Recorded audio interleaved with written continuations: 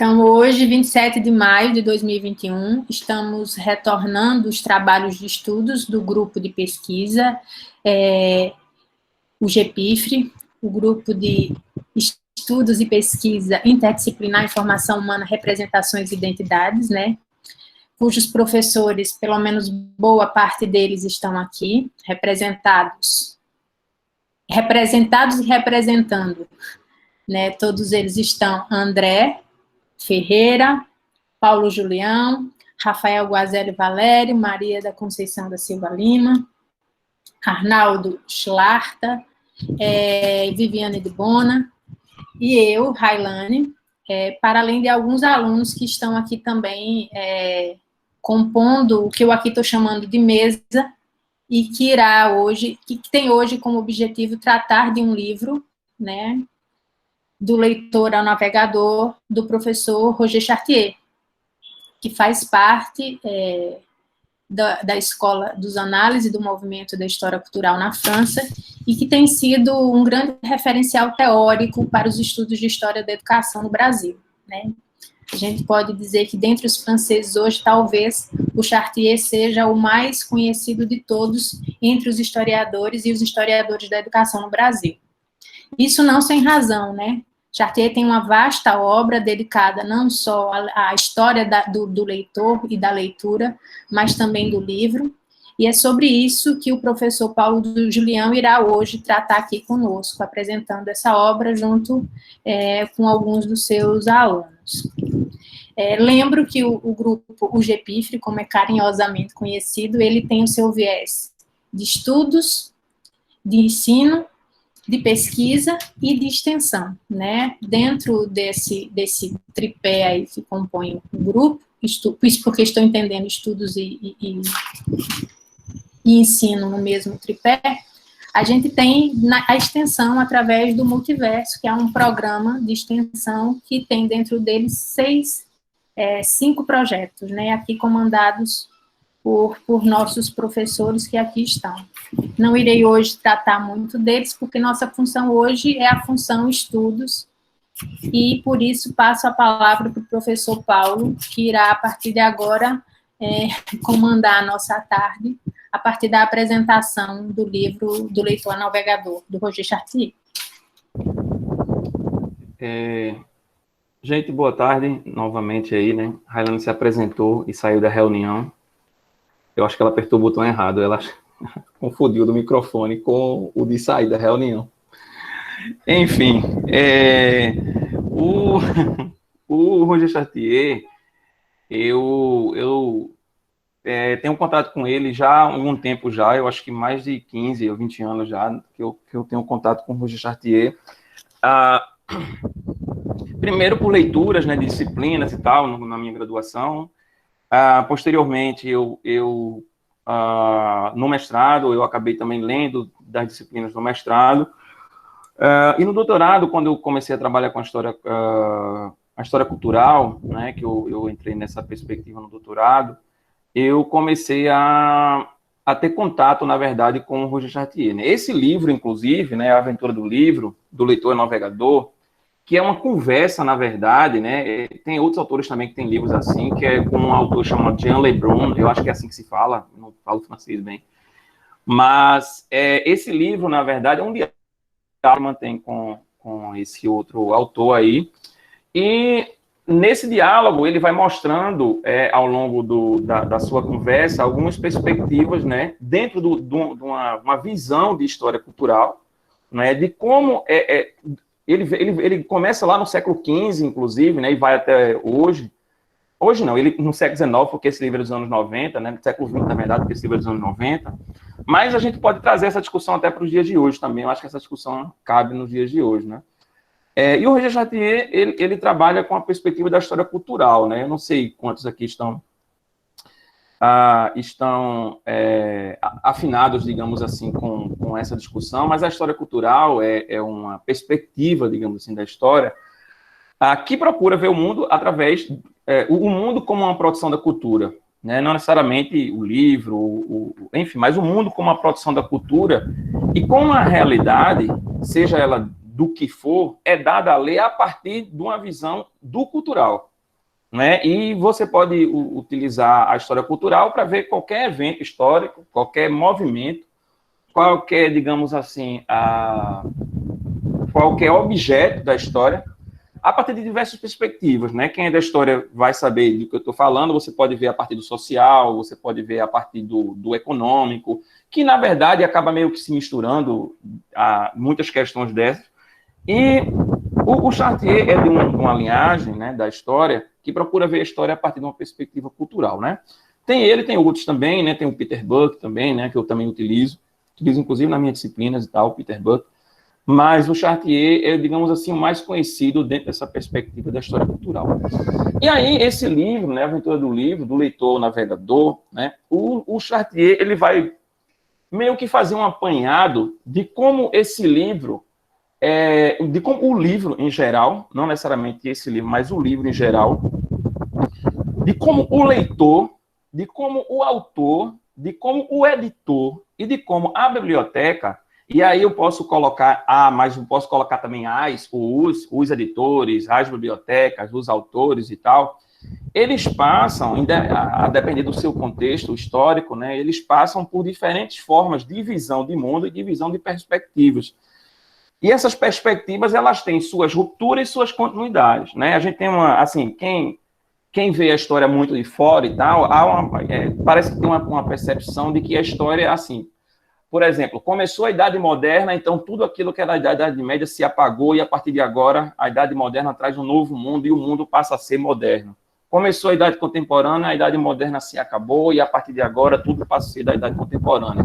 Enfim, e não necessariamente é assim, e o Chartier vai mostrar nesse livro, né, que a história, ela é lida, ela é experimentada, inclusive, ela é vivida, por mais que a gente fale que esteja em eras, em idades, em comunidades, digamos assim, que para muitos é inclusive chamado de evolução, né?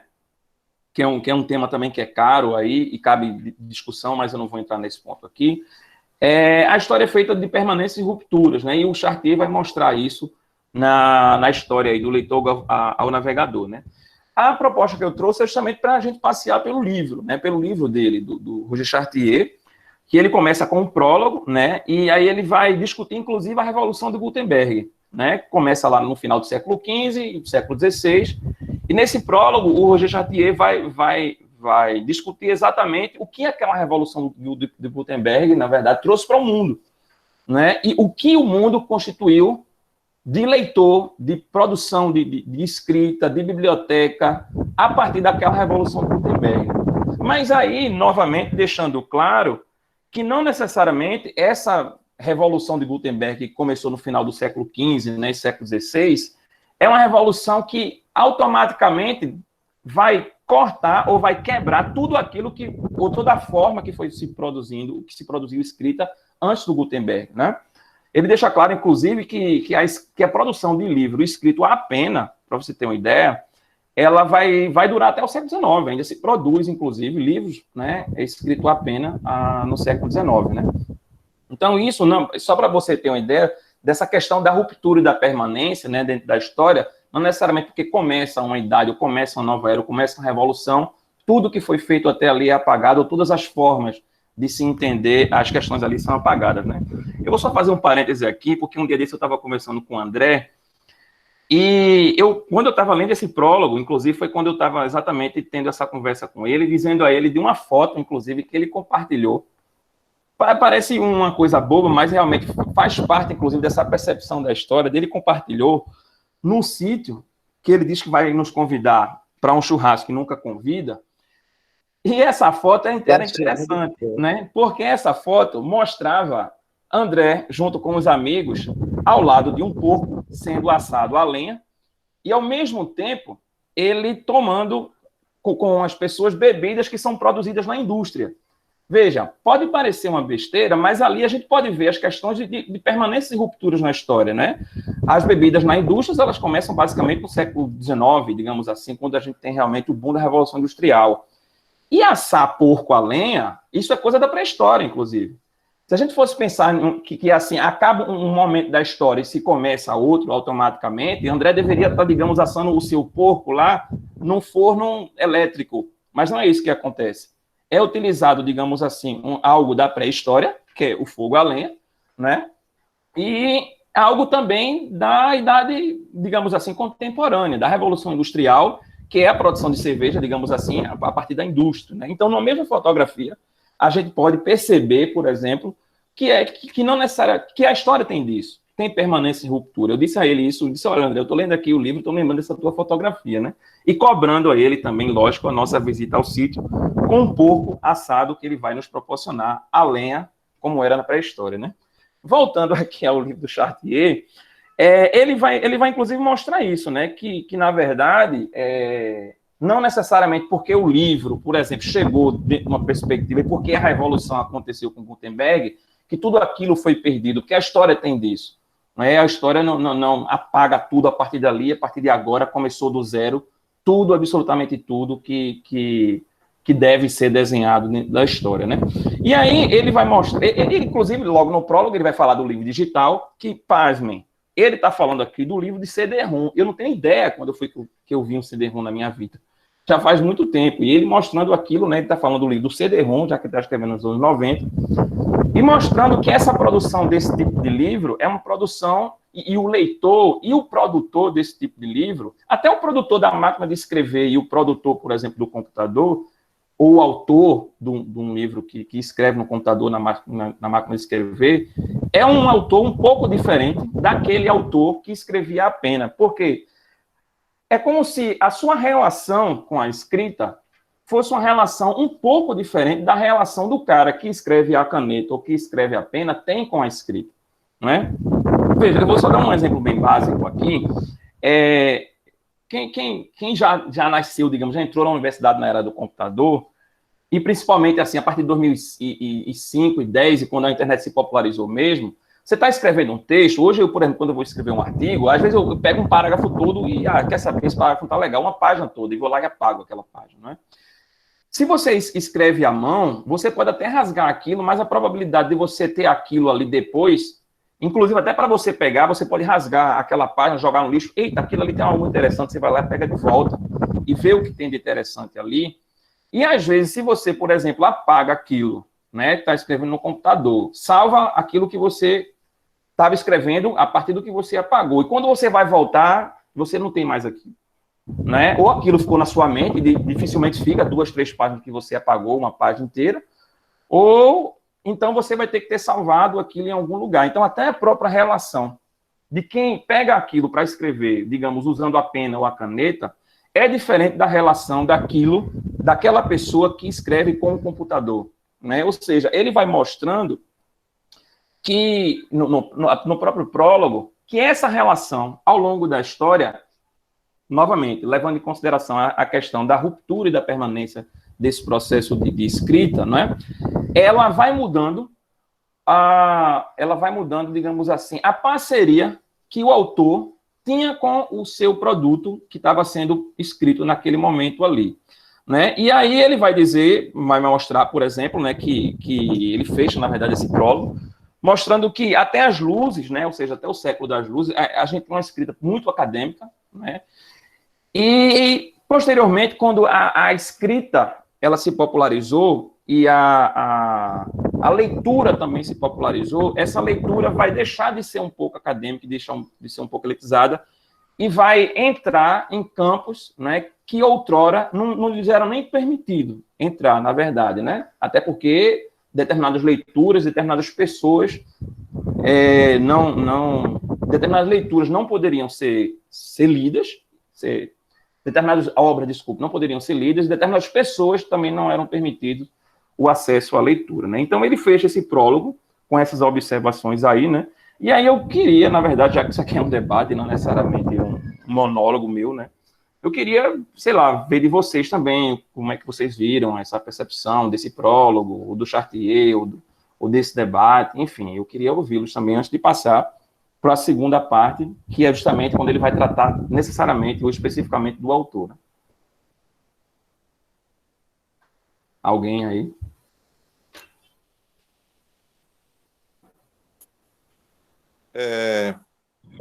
Então,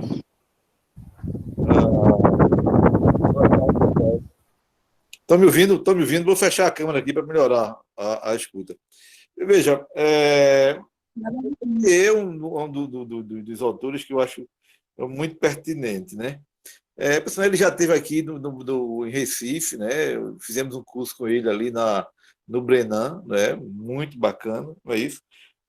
E o conceito de representação, claro, nas limitações, né, e nas possibilidades de teoria que a gente pode se aproximar, para mim é um conceito muito rico e muito pertinente. Claro, na tentativa de casar com as preocupações do campo da própria filosofia, etc., né? Que é a ideia da formação das subjetividades. Né? Quer dizer, eu acho que a grande contribuição, para mim, de Chartier, né?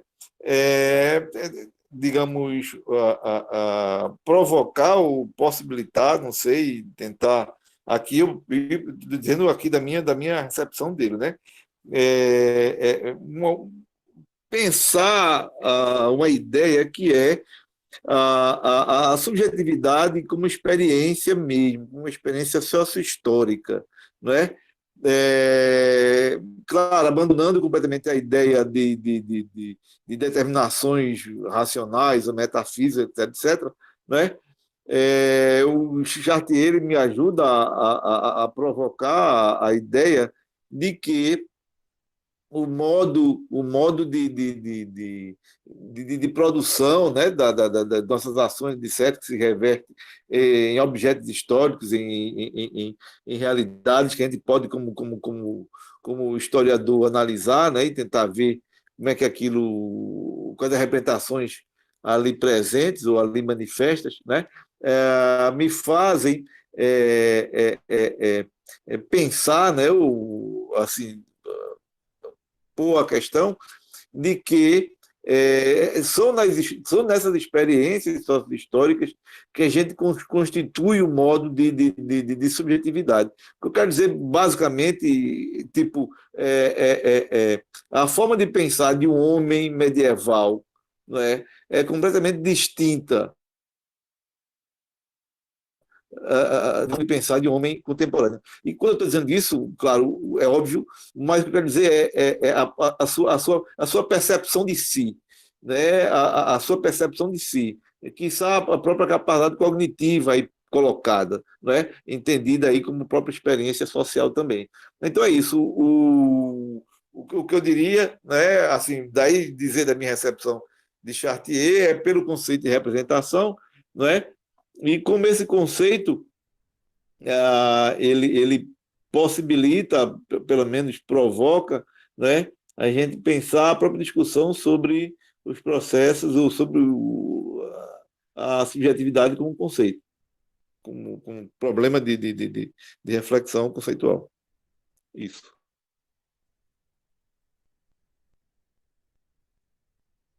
Rafael.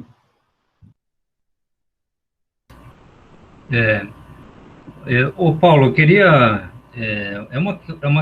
pegar uma carona aí nessa observação do André, na verdade. Eu não sou um leitor, né, do Chartier, eu li esse texto, quer dizer, embora eu conheça, né, não sou um leitor. E assim, é uma questão que o André colocou e que aparece depois para além do prólogo, né?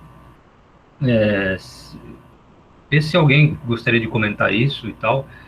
Mas essa relação, né, do dispositivo e da formação da subjetividade, né, que, assim, o que eu entendo, como eu entendo a formação, as mudanças nos processos de subjetivação, né, numa relação que o sujeito que está constituído estabelece com os dispositivos, né, as coisas que estão no mundo. Então, essas coisas que estão no mundo e que nós nos relacionamos com elas, né, nos subjetivam, né, de tal e tal maneira. É um pouco dizer a mesma coisa que o André disse aí com relação, né, ao contexto sócio-histórico, né? E aí eu achei interessante que aqui no caso, nesse prólogo, ele trata disso no capítulo que ele fala do autor também, não é? Mas ele está mostrando como, assim, a forma de escrita, não é? Ou como o modo como o autor pensa e escreve está relacionado diretamente com o dispositivo que ele tem, com a técnica, portanto, que ele tá disponível para ele, né? Então, eu fico pensando aqui duas coisas, né? O alcance antropológico mesmo, né, dessas coisas, né, na mutação dos homens, né? Veja, estou tratando igual o André, não há metafísica nenhuma aqui, nós estamos no terreno da pura materialidade, né? E uma outra coisa que é legal, assim, que me chama a atenção, né, que é um discurso que às vezes é difícil das pessoas entenderem, e isso eu acho que demonstra, que a técnica ela não é uma coisa neutra, não é uma questão de você usar ou não usar né, porque tem esse discurso, assim, olha, não, é que você não está usando a tecnologia, ela pode ser boa ou pode ser ruim, né? Sendo boa ou ruim de qualquer maneira, ela não tem neutralidade nenhuma, porque, veja, ela altera, né, o modo como nós nos subjetivamos. Então, aí nesse exemplo fica claro para mim, né, a não neutralidade da técnica, né, e o modo como ela cria mutações antropológicas a longo prazo, né. Recentemente eu tenho lido, por exemplo, assim, para trazer um outro exemplo, né, que cai nisso, com o meu grupo, né, com o meu subgrupo, nós estamos lendo um filósofo italiano, né, o Franco Berardi. Aí ele traz uma reflexão interessante sobre essa questão da mutação, né, antropológica do capitalismo tardio, do ultracapitalismo, né, que tem a ver com essa imersão que nós estamos no mundo da tecnologia, né. Ele fala assim que a entrada do século XXI trouxe, por exemplo, né, a gente não sabe o que isso vai ser a longo prazo, mas, por exemplo, a primeira geração que aprendeu mais palavras com uma máquina do que com a própria mãe. Tá? Então, para especificar essa questão aí não sei se eu viajei muito, né, fazendo essa observação no texto, queria ver se alguém tem algo a comentar sobre isso. Obrigado. Mais alguém, antes do Paulo? Eu me atrevo aí a fazer uma pequena intervenção, Paulo. Eu acho que você ainda vai chegar nisso, mas assim, tanto o André quanto o Rafael trouxeram o outro Chartier, né, aquele da história cultural entre práticas e representações, que eu acho que agrega muito valor a esse Chartier da história da leitura, que nesse caso específico do livro, desse prólogo que o Paulo está trazendo, ele se vale, claro, de todo um capital cultural e de uma expertise para tratar dessa história, dessa evolução ou revoluções que compõem a leitura, né?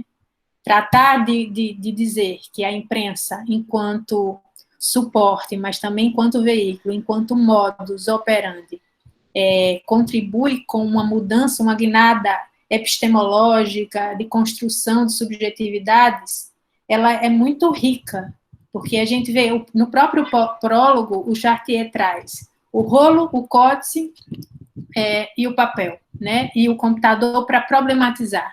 O que é que e a xilogravura, né, também, né? Esses diferentes suportes, eles dão a ver do que vocês estão aqui chamando de subjetividades, né, dessa construção das subjetividades, porque os suportes e a leitura, os suportes vêm não só do modo como se escreve, mas também interfere no modo como a leitura é feita e como a apropriação dessa leitura é concebida. E isso acaba interferindo também na nossa construção a partir do momento que a gente se apropria dos conteúdos que são por esses suportes veiculados, né? Então, eu estou entendendo tanto que Rafael quanto André estão dizendo nessa perspectiva de como é que essa história da leitura contribui ou é fruto desses distintos suportes que o Roger Chartier busca ao longo da história para tratar da leitura do leitor, né? Não só enquanto produto de um autor e produto de uma editoria, porque tudo que é feito pelo autor, mas também tem o dedo e a intervenção dos editores, e a depender do suporte que é escolhido, isso acaba tendo uma ou outra reverberação, porque uma coisa é ler um escrito no códice, outra no rolo, outra no xilogravura, outro no livro, outro na tela do computador. E se a diferença entre o offset e o papel couché faz diferença, imagine nos suportes, nos distintos suportes, né? Então, entender essa dinâmica foi a função do Chartier. E acredito que ele foi muito feliz porque ele nos ajuda a pensar o quanto a gente muda e o quanto a gente se apropria, reapropria e modifica aquilo que foi originalmente feito pelo autor, né? Mas aí não quero me alongar, não, e passo a bola para quem quiser, ou para o próprio Paulo. Essa fala do Rafael, na verdade dos três, né? Elas basicamente meio que dividem ou resumem o que ele vai tratar no livro ao longo da sua construção, né? Porque como o Chartier divide, né? Na verdade, ele divide essa conversa, né? Ele vai tratar do autor, do texto, do leitor, da leitura, que são coisas basicamente distintas, né? O leitor e a leitura e tal, e de como isso vai reverberar, digamos assim, nessa história dessa aventura, né? Disso que ele chama de aventura, que a aventura disso que a gente chama de livro, né?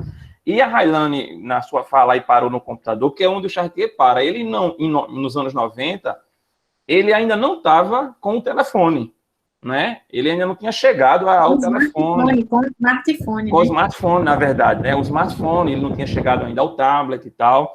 Então, talvez a conversa dele seria um pouco mais aprofundada, inclusive, se ele tivesse chegado nessa nova percepção, né? De construção, inclusive, de texto, de leitura, de autores, de editores, de absolutamente tudo. Porque o Chartier vai mostrar que, na verdade, a aventura do livro, ela passa por tudo isso.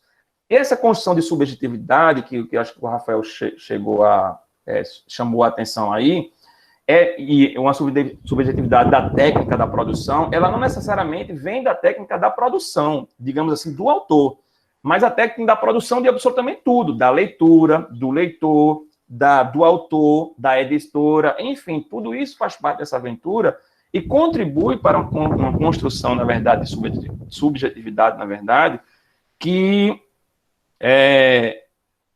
muda aos poucos essa relação, por exemplo, de percepção dessa história, né, dessa leitura. Veja, nós, aqui enquanto professores, por exemplo, da Universidade Federal, a gente está pegando uma geração agora, que está entrando agora, que nasceu depois do ano 2000. Né? Hoje, quem nasceu no ano 2001, né, século XXI, hoje tem 22 anos. Então, a gente está pegando gente que está se informando já que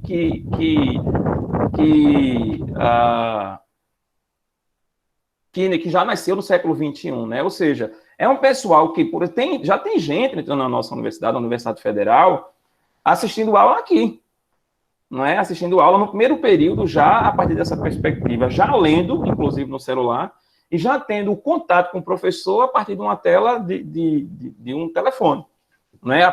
Tendo contato, leituras a partir de uma tela de telefone. Então, tudo isso demonstra realmente esse processo de construção de subjetividade, digamos assim, desse leitor, desse autor, desse produtor de texto, não é? Eu lembro, por exemplo, que o primeiro texto que eu produzi na minha vida, que muitos de vocês passam por isso, vão passar por isso, que foi a minha monografia, ela foi escrita ainda, eu escrevi toda ela no caderno, à mão, depois eu digitei para poder entregar na faculdade. Quando eu escrevi minha tese de doutorado, por exemplo, eu já não entreguei nada impresso. A Unicamp já disse, olha, não precisa entregar nada impresso, você vai botar aqui, entregar já digitada, para a gente botar no banco de dados, né? E dificilmente hoje a gente vai ter mais isso daqui para frente com essa geração que está entrando aqui. Então, esse processo de construção de texto, ele realmente tem muito a ver realmente com a técnica de tudo, não necessariamente só de escrever, mas com a técnica de toda aquela produção daquele texto ali, né? Na segunda parte, o Chartier vai tratar do autor, né? Que, na verdade, é aquilo que a gente poderia entender como o primeiro capítulo do livro, né?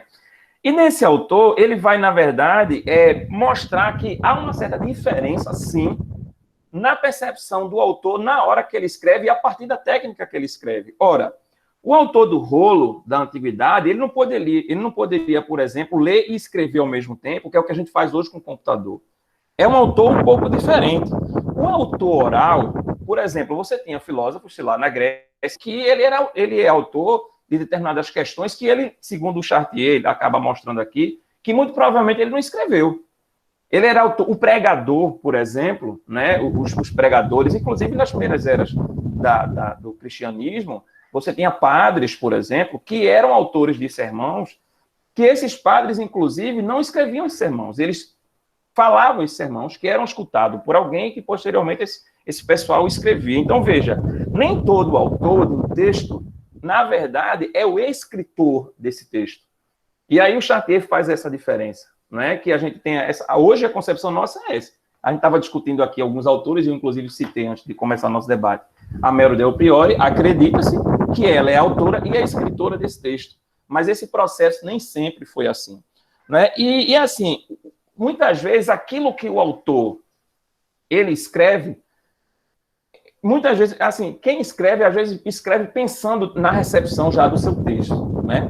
E assim, por exemplo, o cara que escreve, sei lá, uma peça de teatro, ele espera que aquela recepção da peça de teatro seja daquela forma, não necessariamente vai ser, cada pessoa que assistir aquela peça vai ser daquela forma, vai ver aquela peça de uma forma, mas se aquela peça, por exemplo, for colocada, for enviada por um editor e for publicada em livro, o leitor daquela peça vai ter uma percepção, uma visão totalmente diferente, absolutamente do mesmo texto que o autor daquela peça. E quando aquela peça se transforma, por exemplo, nos dias de hoje no filme, aí é que a percepção muda totalmente. Eu não sei quantos aqui já assistiram, por exemplo, acho que todo mundo aqui já assistiu, né? Basicamente, o filme do Auto Compadecida. Eu já assisti, já li a peça escrita pelo Ariano, e já assisti a peça, inclusive, por várias companhias diferentes. Se você quem já fez esse exercício que eu fiz, percebe que, lógico, tem um enredo naquela construção ali, mas parece que se você for uma pessoa um pouco desavisada, parece que são textos produzidos por pessoas totalmente diferentes. Porque a forma da recepção e da reprodução daquele texto que o autor pensou inicialmente não necessariamente é a forma que vai chegar até o leitor do texto. O leitor que eu falo aqui, por exemplo, uma pessoa que está assistindo a peça de teatro, eu vou ter, digamos assim, essa pessoa como leitor, tá certo? E essa concepção de autor, inclusive, ela vai ganhar corpo mais na Idade Moderna, e principalmente na Idade Contemporânea, da importância dele. Não é? Porque se você pensar na Idade Média, inclusive, e até na Antiguidade, mas na Idade Média, inclusive, o autor daquela palavra ou daquele sermão, inclusive, não necessariamente era a pessoa que estava pregando. Você está tirando isso de onde? Não, isso aqui é inspirado de Deus. Então, é como se o autor dali fosse Deus. Não é? Você está pregando isso aqui a partir de quem? Não, isso aqui foi uma revelação que eu tive do Espírito Santo. Então, aquela fala é como se aquele cara fosse apenas um canal. Mas, na verdade, o autor de todo aquele sermão, de toda aquela fala, de todo aquele processo de construção daquele texto, que foi escrito, inclusive, e que vai ser proferido no púlpito da igreja, ou numa praça pública, quando surge esse tipo de pregadores aí, esse cara não vai ser considerado o autor daquele texto, daquele processo. Ele vai ser considerado, digamos assim, um canal utilizado por uma divindade que construiu aquele texto e que ele está apenas trazendo aquele texto para um público em geral.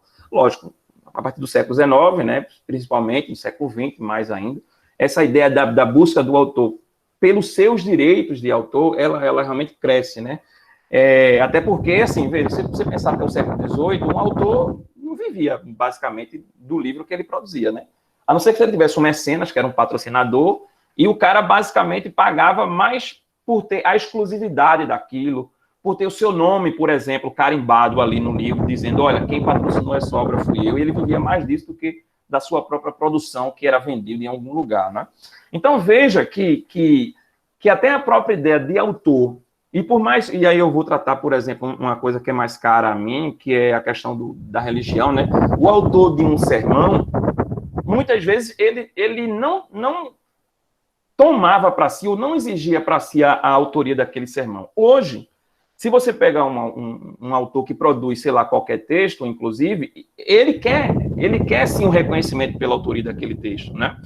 A não sei se o cara usar um codinome aí, sei lá.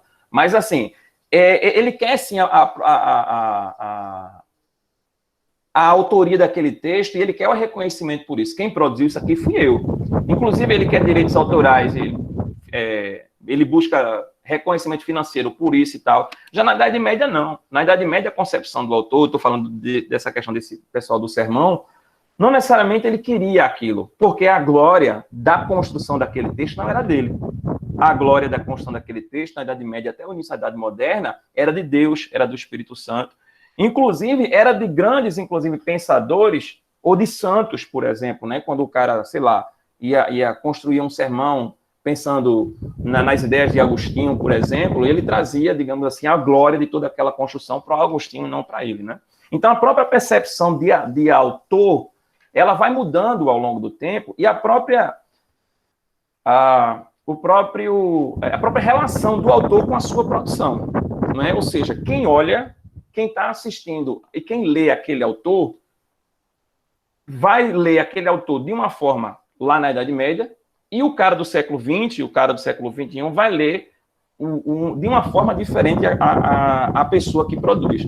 E digo mais, o cara que lê hoje, no século XXI, uma produção da Idade Média, em que naquele momento aquelas pessoas não viam aquele autor como autor, uma vez que a autoria era divina, ele vê também diferente aquilo que é produzido hoje, por mais que quem frequenta, por exemplo, templos religiosos aqui sabe e já escutou, basicamente, muitos desses autores, hoje, de sermãos, dizendo que aquela produção dele ali é mais uma produção de canal, e que não foi ele que produziu, mas foi Deus, o Espírito Santo, que está falando através dele, e todo aquele sermão foi produzido através de Deus.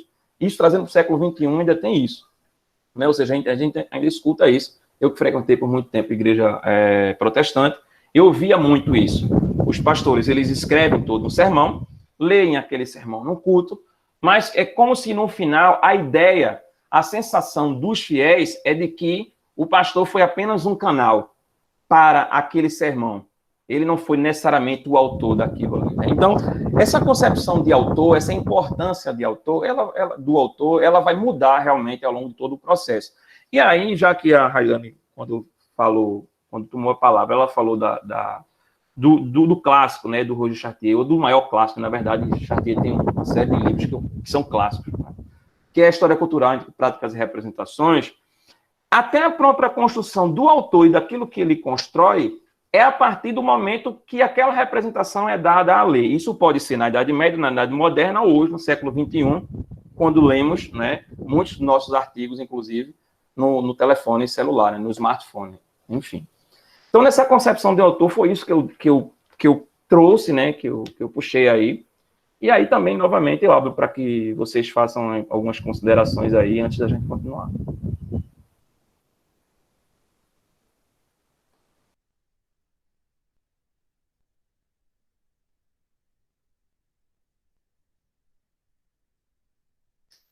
Paulo, se você puder tocar na relação entre entre esse clássico, né, do produto, do livro, da editoria, do leitor, da circulação e da apropriação, porque há uma dinâmica que é própria dos livros e que não necessariamente é a mesma no suporte computador, que é muito instigante. O livro, a depender do editor, da editora e de como ele circula, o livro tem um público, né? E é um público interessado, porque ele não é oferecido gratuitamente a qualquer hora e num formato palatável, como, por exemplo, hoje a gente tem no smartphone. Aí, nesse caso do específico do Chartier, ele traz até o computador. E o computador pressupõe não só as letrinhas dentro de uma máquina, mas também o uso da internet, né, que faz com que você, inclusive, tenha hiperlinks. Hoje é muito raro a gente não se valer dos hiperlinks. E o que é que eu estou entendendo aqui de hiperlinks? Por exemplo, eu vejo aqui, alguém citou aí, Balzac, acho que foi Maria ou foi Rafael, ou os dois, não sei. Cita Balzac. Eu vou aqui imediatamente no computador, por meio da internet, e vou lá, quem é Balzac? Já vejo lá, o Wikipédia está lá para me informar quem é Balzac. Aí estou lendo Balzac e vai lá, aparece um outro, né? Bergerac. vou lá e já vejo esse hiperlink de leituras que só o computador, por meio da internet, nos possibilita. Isso também muda um pouco a nossa estrutura mental. Pelo menos a minha utensilagem mental, ela fica muito embaralhada quando eu estou lendo um texto no computador, porque eu me disperso. Eu vejo um nome interessante que eu não lembro ou que eu nunca vi, eu vou lá, deixo aquele texto do lado, abro uma nova aba e vou lá. E aí eu estou lendo o texto e uma nova aba vai sendo aberta, né? E aí essa perda de qualidade, ou é esse ganho de conhecimento que a gente ganha deixando o suporte livro e ganhando no suporte computador. Eu queria que você comentasse isso, porque eu acho que vai ser muito útil aí, sobretudo para os alunos e para mim também. Mas eu acho que, desculpa até tomar antes de Paula, essa questão do hiperlink, eu lembro que eu tive muita dificuldade de ler O Príncipe, porque era assim, o Príncipe eu tinha lido, mas o professor na época da faculdade pediu O Príncipe comentado por Napoleão Bonaparte. Então, assim, a cada capítulo, acho que é da Martin Claret, não sei, né? Era O Príncipe, e embaixo, as notas de rodapé do Napoleão Bonaparte. Então, toda vez, a cada, sei lá, 2, 3, 4, 5 palavras, aí lá, Napoleão, comentando. Então, esses hiperlinks, eu olhava para Napoleão, e depois voltava. E, assim, eu acabei que eu tive que ler, não, vou ter que ler O Príncipe, só O Príncipe, né, ele sozinho, para depois, um dia, voltar a ler isso aqui, porque eu não sabia mais quem era, se era Napoleão, se era o Maquiavel, e por aí foi. E tu veio com essa história dos hiperlinks, então, assim, isso eu acho que já acontecia um pouco nessas benditas notas de rodapé que o orientador diz, tem muita nota de rodapé, bota pro texto, mas por causa exatamente desse processo de embaralhamento. E hoje, né, a gente não precisa nem ler, porque parece que o negócio já é automático. Você fala uma coisa, de repente tá lá nas abinhas o que você falou, o que você está procurando, e se torna muito mais complicado ainda essa leitura. Desculpa, Paulinho, que cortei. Só para complementar, Maria, aí também tem a função dos tradutores, porque os tradutores gostam muito de fazer nota nos originais, sobretudo os livros de filosofia. Você tem lá, sobretudo aqueles que estão traduzidos do grego, aí coloca lá a expressão grega, depois coloca a tradução para a língua nacional, depois coloca a nota do tradutor, que normalmente dá para confundir mais, pelo menos quem é leigo, né? Então, são muitas as interferências na leitura. E por isso a mensagem também ela pode ser modificada, né? Mas, Paulo, te passo aí a palavra. Mais alguém aí?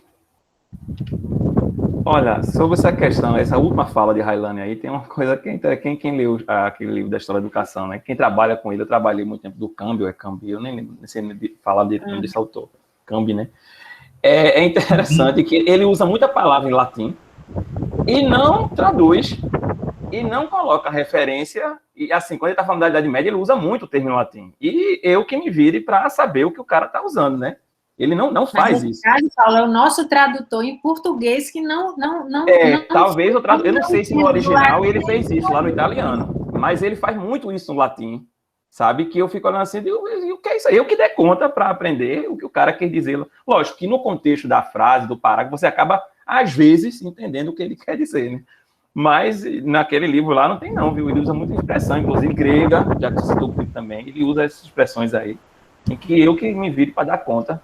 Quando os alunos perguntavam na sala, rapaz, eu não sei, desculpe, mas eu vou procurar saber. Às vezes realmente eu procurava e dizia, olha, segundo o nosso amigo Wikipedia, segundo o nosso amigo tradutor, um exemplo quer dizer isso aqui. O Paulo, só para e Rafael e André, os da filosofia, que podem melhor explicar ou exemplificar do que eu. Mas, normalmente, pega de um parágrafo de um filósofo, um parágrafo só, a pessoa faz um artigo de 20, 30 páginas. Justamente porque demanda tanto capital cultural para entender aquilo ali, que a explicação daquele um parágrafo se revela, às vezes, em 20 páginas e, às vezes, um livro. Então, principalmente na filosofia antiga, né? Grega, romana também, mas grega, sobretudo. Glória a Deus, eu sou pedagoga. E tem, Paulo, e tem aqueles que ainda fazem citação no grego e nem para latinizar ainda, para dar uma alegria, vai naquelas letrinhas do grego mesmo. É uma tristeza. Ô, Paulo, eu queria só fazer um comentário também, cara, rápido, se quiser falar sobre isso, enfim, não sei. também você tem ali no período da Alta Idade Média, né? Por toda a Idade Média, na verdade, mas mais na Alta Idade Média, uma série de escritos, principalmente em política, que são assinados como anônimo, né? Então você tem diversos conhecidos anônimos de tal lugar, anônimo de não sei o que tem, né? Quer dizer, não sei se isso também passaria por essa questão de uma valorização que a modernidade e, portanto, o capitalismo, né, dão ao indivíduo como autor, como produtor, né, como alguém que faz um produto, uma mercadoria, né? Quer dizer, me parece que para esse pessoal aí, com essa outra mentalidade que era do medievo, né, não era tão importante a questão da autoria, né, dos textos. O André levantou a mão aí, diga lá, André. E tem a censura também, né? Então, Também tinha, mas eu não creio que isso seja o essencial. eu ainda entrando naquela discussão do momento anterior, né? Claro que o trabalho do historiador, né, é rigoroso, né, no sentido de você pegar, por exemplo, Foucault, você pega Hegel, né, os usos que o campo da filosofia faz das informações históricas, às vezes é mais, digamos, menos rigoroso, né, nas suas conclusões ou nas suas, digamos, seus ensaios decorrentes, né? E é claro que então o Chartier não é isso que ele está dizendo com todas as letras, quando vai se referir à questão da autoria, etc, etc. Mas daqui do lugar, né, do ensaísmo aqui, conceitual, enfim, né, quando então a própria prática da época não registra essa figura da autoria, dessa representação da subjetividade, que desde si faz uma reflexão e coloca num papel, então ele é esse autor, né? Quer dizer, aí eu remeto, né, à própria experiência sócio-histórica da compreensão desse si, né? Aí quando Paulo se refere, por exemplo, ao pastor, né, que não se reconhece, né, o pregador, enfim, que não se reconhece no próprio sermão que faz, que atribui, né, ao sagrado, etc., que ele atravessa, né, que ele usa como instrumento. Quer dizer, vai aí também essa prática, né, dessa compreensão de subjetividade. Né? Quer dizer, é uma outra vivência de um si, né, que não é essa da modernidade, que não é essa da contemporaneidade. Né? Nesse sentido que eu acho que tem uma relação, né, dessas discussões dele, desse momento de Chartier, com o outro momento. Estou dizendo aqui, claro, já chutando aqui a interpretação das entrelinhas, já reconhecendo também que ele, como historiador, estará concluindo, estará, digamos, digamos, asseverando desde o que ele vê das fontes, desde o que ele digamos, analisa, enfim, né? Mas para mim é muito sintomático, né, que a discussão do autor, né, remeta, quer queira, quer não, a própria vivência ou a própria representação comungada do que é a própria percepção de si. Né? Quer dizer, esse si que não se reconhece como o si moderno. Né? E, em contrapartida, só para fazer o contraponto, né, a própria ideia de autoria contemporânea, né, até do ponto de vista acadêmico mesmo, acaba sendo tensa, contemporaneamente falando, né, porque, por exemplo, na produção de uma tese, na produção de uma dissertação de mestrado, né, aqui na nossa própria experiência mesmo, né, como orientadores, né, ao terminar o trabalho, qual o limite, né, da autoria entre o orientando e o orientador, né? Às vezes a fronteira fica muito tênue, né? Quer dizer, a própria a própria ideia, né, daquela representação moderna. Orientando, orientador e referenciais bibliográficos, né? Porque às vezes também há uma junção, se faz um estado da arte, do conhecimento, em que terceiros autores têm mais páginas do que o próprio orientando e orientador.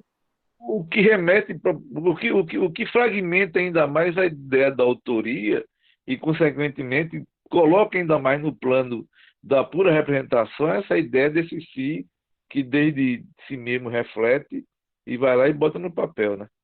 Entendeu? É isso, povo. Alguém tem mais alguma coisa aí? Eu vou partir de André, né? Quando o André estava falando, eu me lembrei exatamente dessa questão da orientação, né? Essa questão da orientação e do estudante e do orientando, né? Essa relação entre orientador e orientando e da produção final, que seria o TCC, a dissertação, a tese, enfim, algum artigo e tal, né? E é interessante isso, que, inclusive, de onde você pega a bagagem de leitura para construir aquele seu argumento, né? Seja através de uma fonte, né? Eu, por exemplo, trabalho com cartas, com jornais, tal, já trabalhei com história oral. Seja através, por exemplo, da bibliografia, e essa bibliografia é uma bibliografia mais empírica ou teórica e tal, então tudo isso ajuda a você dizer ou afirmar ou ser chancelado pelos seus pares como autor, mas que muito do que você produziu é produzido a partir daquilo que você tem de outros, né? Então, realmente, é uma relação um pouco essa coisa de autor, eu acho que a gente ainda vai precisar discutir muito ainda. Esse autor contemporâneo, eu falo, né? Não necessariamente, mas assim, esse autor de hoje ainda, esse autor, inclusive, acadêmico, que é o nosso caso aqui, né? Uma outra coisa para complexificar ainda mais, Paulo. A autoria das aulas é uma coisa que a gente não discute. Porque por mais que a gente eleja um autor, um teórico, uma temática, a composição da aula é nossa, né, enquanto professores, mas a gente não se sente autor daquele conteúdo ou daquela aula, né? Então, a autoria da aula, ela passa despercebido, como se não fosse uma coisa complexa, como se não fosse uma coisa que demanda esforço, energia, e ela vira apenas um trabalho, como se fosse tarifeiro, sabe? Um trabalho... A exploração do trabalho de outro, né? A exposição do trabalho de outro. Isso, exatamente. E a gente vai lá só como mediador. Não há demérito nenhum em ser mediador. Mas a regimentação das coisas, o começo, meio, fim, quem entra primeiro, quem entra depois, o objetivo é esse, cumpriu, não cumpriu, isso é nosso. E é como autores de aula também que a gente deve se ver, né? E se compor, porque é assim que a gente se faz. O nosso hábitos professoral passa pela autoria da aula, pelo menos sob o meu ponto de vista. Mas aí eu acho que, historicamente, o professor, ele é esse pregador que eu falei da Idade Média. Né? Ele é visto como não necessariamente alguém que é autor daquele conteúdo ali. Alguém inspirou ele, seja, sei lá, um autor que, por exemplo, agora, né? Como se eu não fosse autor desse conteúdo que a gente está discutindo aqui. O autor é o Roger Chartier, numa conversa que ele teve com um colega, né? É como se fosse isso. E não necessariamente eu, Paulo Julião, porque essa aula aqui, digamos, se eu posso chamar isso de aula, não é uma coisa que só eu, Paulo Julião, estou trazendo para o debate, né? E você tem uma construção aqui minha e de todos os outros colegas aqui, né? Então, essa concepção realmente de autoria é uma coisa muito complexa e que a gente cabe muita discussão, inclusive a partir da filosofia ou da antropologia, ou à luz da história também. Eu acho que a gente pode discutir isso. Né? Eu vou puxar um pouco a discussão do Rafael, porque a questão da Railane é justamente os dois próximos tópicos do livro, né? Que é o texto entre o autor e o editor, e depois o leitor entre limitações e liberdade. Então, a Railane foi a primeira, mas os dois tópicos do livro vai acabar falando sobre isso. Então, por isso que eu vou tratar logo agora a questão do Rafa, que é o seguinte, né? Na Idade Média, você tinha, assim, um medo, não é? Você tinha aquilo que a Railane até falou, a censura, né? Ou seja, há o medo daquilo que você vai escrever, né? Porque, dependendo do que você escreve, se há o medo daquilo que você vai ler, né? Você vê, por exemplo, colocar, por exemplo, veneno nas páginas do livro, né? Porque o povo, para você ter uma ideia, a relação do autor com o livro, né? Colocava veneno, porque quando o cara fosse passar a língua, né, no dedo, para passar a página, o cara morria envenenado. Humberto Eco. E aí Humberto Eco fala isso, né? Lá no Nome da Rosa, né? E aí você acaba percebendo, né, que há o perigo, inclusive, da leitura, né? Se há o perigo da leitura, há o perigo também para o leitor, há o perigo também para quem está escrevendo, né? Então, assim, eu não vou dizer que era apenas a censura. Havia também um reconhecimento. A partir da história cultural, eu faço essa leitura de que, sim, aquele cara que escrevia aquele sermão e proferia aquele sermão, ele acreditava que aquilo não era uma obra dele. Eu penso que aquele cara acreditava que dali, na verdade, foi algo que Deus deu a ele e ele está passando aquilo dali através de um sermão. Né? É meio complicado também a gente querer olhar no olhar de hoje e dizer que aquele cara estava querendo dar uma de bonitão, dizer que não era dele e tal, mas não necessariamente é isso, né? Para um contexto daqui, inclusive até hoje, tem religiosos que acreditam que, olha, não fui eu que falei ali, eu fui inspirado por Deus e Deus que mandou dar aquele recado ali e tal, né? Então, nesse contexto, essa concepção do autor que escreveu aquele sermão e posteriormente vai proferir na igreja, né, ou sei lá, num ambiente aberto, numa praça, sei lá onde for, muitas vezes esse autor, ele não reconhece a autoria. Pode ser por censura, como no caso que a Railane se levantou aqui lá na Idade Média, isso acontecia com certeza, mas pode ser também por ele entender que sim, que realmente ele não é o autor daquilo, que tem um autor maior que apenas entregou aquele texto a ele, e ele apenas, digamos assim, um canal para entregar aquele texto para alguém. Né? Ele apenas faz parte desse processo, ele não necessariamente é a pessoa que sentou, que criou aquelas ideias são de outro, né? São divinização, é do Espírito Santo, é de Deus, é de uma divindade qualquer aí que ele queira atribuir, né? Alguém quer falar alguma coisa ainda sobre esse ponto, que eu já passaria por outro? Não? Tá, então vamos lá. Vê, o próximo ponto do texto é justamente a questão entre o autor e o editor, que é o que a Railane vai falar aí, né? Vê, Railane, quando você citou a internet, lá quando o Chartier estava escrevendo, ainda não tinha essa popularidade da internet que a gente tem hoje, né? Eu lembro que em 2003, 2004, eu ainda ficava no computador esperando da meia-noite para poder conectar meu computador no telefone da minha casa, porque só pagava um pulso para poder usar a noite toda ou esperar o final de semana. Ele estava na França. Mas mesmo assim, talvez ele tivesse essa experiência, mas os leitores dele não necessariamente, né? Então ele ainda falava muito no CD-ROM, né? O Chartier, inclusive, a experiência dele do texto eletrônico é o texto do CD-ROM, tá certo? Que talvez o povo que está entrando na faculdade hoje não vai nem ter ideia do que é um CD-ROM. Né? Não sabe nem o que é isso, pensando que é um palavrão, né? Mas, enfim, voltando a essa questão entre o autor e o editor, esse texto, ele pode mudar de configuração, pode mudar de sentido, inclusive, até o autor, quando escreve, ele pode dizer assim, olha, eu escrevi esse texto e meu objetivo é esse. Mas, a depender do objetivo do editor e a depender da forma que esse texto é editado, não necessariamente ele vai chegar ao leitor da forma que o autor... eu estou pensando isso na contemporaneidade, tá certo? Já na produção do livro, já na produção do CD, ou na produção, seja lá do que for. Esse texto não necessariamente vai chegar no leitor ou no navegador, que é o que o Chartier vai tratar, da mesma forma que ele foi pensado pelo autor.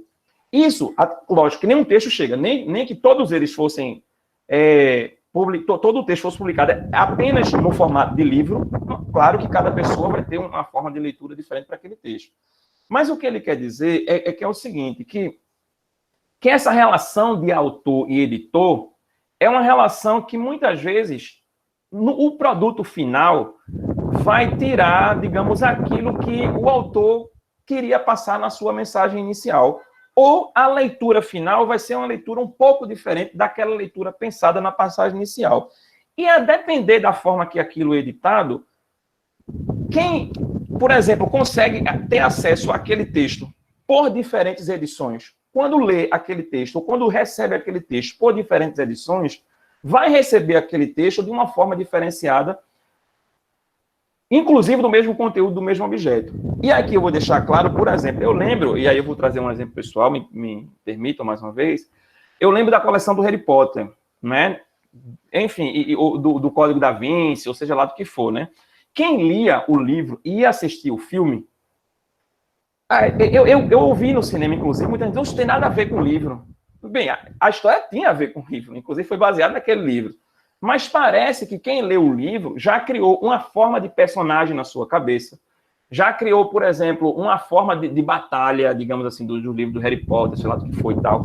E na hora que ele vai ver aquele mesmo texto representado numa peça de teatro, ou aquele mesmo texto representado, por exemplo, no cinema, ou seja, ele foi editado de forma diferente, ele foi editado para um filme, ele foi editado para um teatro, ele foi editado para o livro impresso, aquele leitor que teve a oportunidade de ler esse livro, de ter acesso a esse texto dessas três formas, terá uma percepção diferente de cada forma que ele teve acesso àquele texto. E ainda tem mais, assim, nessa relação, eu estou falando disso, a percepção do autor e do editor para chegar para o público final, que é o leitor, né? E leitor, eu estou trazendo aqui também o cara que vai no cinema como um leitor desse texto, né? Mas essa relação do autor e editor também, ela tem uma relação aí que, como o Rafael trouxe, principalmente a partir da Revolução Industrial, mas até um pouco antes disso, uma relação que é econômica também.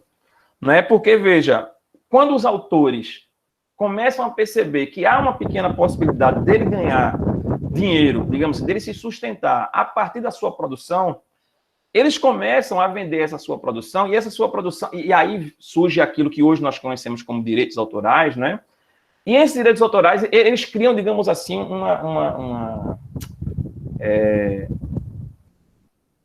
uma série de discussões de até que ponto aquele direito autoral é válido e para quem é válido e onde ele é válido. Né? Por exemplo, tinham livros, o Chartier acaba mostrando que a França, inclusive, principalmente a partir das Luzes, se preocupou muito nessa questão do direito do autor para que os editores não saíssem publicando, por exemplo, os textos dos autores sem a sua autorização, né?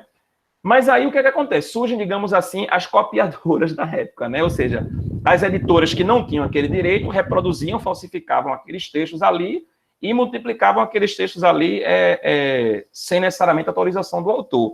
Ou quando aquele texto ia para outro país, o cara produzia um texto na França, aquele texto era produzido pela lei, era protegido pela lei francesa, aquele autor era protegido pela lei francesa, mas aí um inglês ia lá, pegava aquele texto, traduzia, como ele não era protegido pela lei inglesa, o cara reproduzia aquele texto assim, da forma que ele quisesse. E ainda tem mais, tem um exemplo que o autor fala, que é o seguinte, um autor de uma peça de teatro, por exemplo, né? Essa questão com o editor, principalmente com o editor falsificador, foi muito cara para os autores de peça de teatro, porque o que é que acontecia? O cara produzia uma peça de teatro, só ele e aquela companhia tinha acesso àquele texto, mas aí diversos copiadores iam assistir aquela peça e assistiam 3, 4, 5, 6, 10 vezes, copiavam toda a peça e publicavam aquela peça antes mesmo de uma editora autorizada publicar aquela peça. É como os furos que a gente tem hoje aí, né? Então, o que é que acontece? O autor acabava, assim, não fazia nem mais sentido ele publicar aquela peça, ele gastar, digamos, dinheiro, uma editora, digamos, respeitada, gastar dinheiro para poder publicar aquela peça daquele autor, porque ela já tinha sido publicada. Lógico, não necessariamente originalmente como o autor tinha pensado, com alguns erros aqui, alguns erros ali, algumas coisas que passavam ou não, mas a ideia central daquela peça tinha sido publicada por falsificadores. E quando aquela peça, por exemplo, era uma peça muito bem recebida no seu lugar de origem e muito bem recebida pelas elites, aí que aquela peça era traduzida, assim, o negócio chegava a ganhar o mundo, então, conhecido, sem o autor ter direito a absolutamente nada. Então, essa relação de autor-editor, que parece, por exemplo, eu pego meus direitos autorais e vendo para uma editora aí hoje, ela reproduz e ganha em cima disso, mas pagando, digamos, né? Isso serve para CD, para música, né? Para filme. Inclusive, começou na França, até aqui fala que a França dava um certo tempo, né, para aquela editora ter direito às obras daquele autor. Né? Depois daquilo, aquele direito autoral voltava para o autor. Né? Você compra por um certo tempo, tem direito, sei lá, 10 anos sobre essa obra, só eu posso publicar. Passou os 10 anos, volta para o autor. Né?